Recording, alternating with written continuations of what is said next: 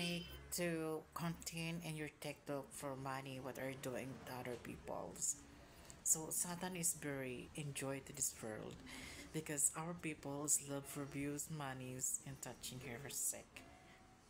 Make to contain in your TikTok for money what are doing to other people's.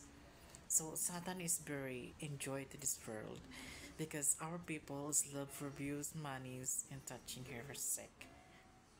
US versus Chinese, whatever, Korean to Asian people, and BGC. So the guy is spoken very hot deliver words to attack them to the guy.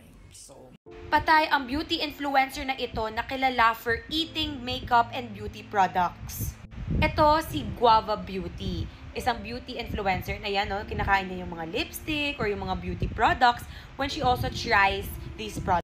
Again po, inold po ni TikTok Philippines yung pera namin sa seller center na 1.1 million. Yan po yung reason. Ba't kami umabot dito? make to contain in your TikTok for money what are doing to other people's. So Satan is very enjoy to this world because our people's love for views, monies, and touching her sick.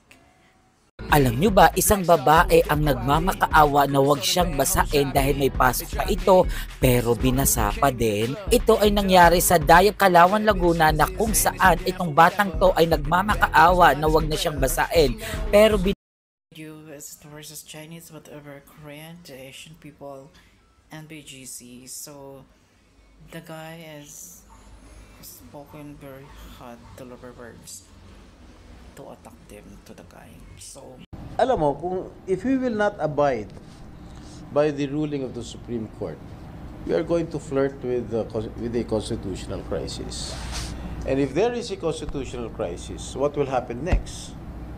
There will be chaos. Who was interested first? Who said I love you first? Who's more protective?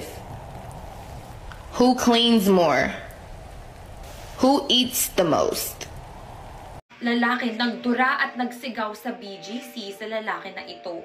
Kita sa video na nagwawala yung lalaking na nakaitim. Sinisigawan, trinethreaten at ginuraan niya ang biktima. At ang dahilan dahil nasagi daw ng biktima yung balik.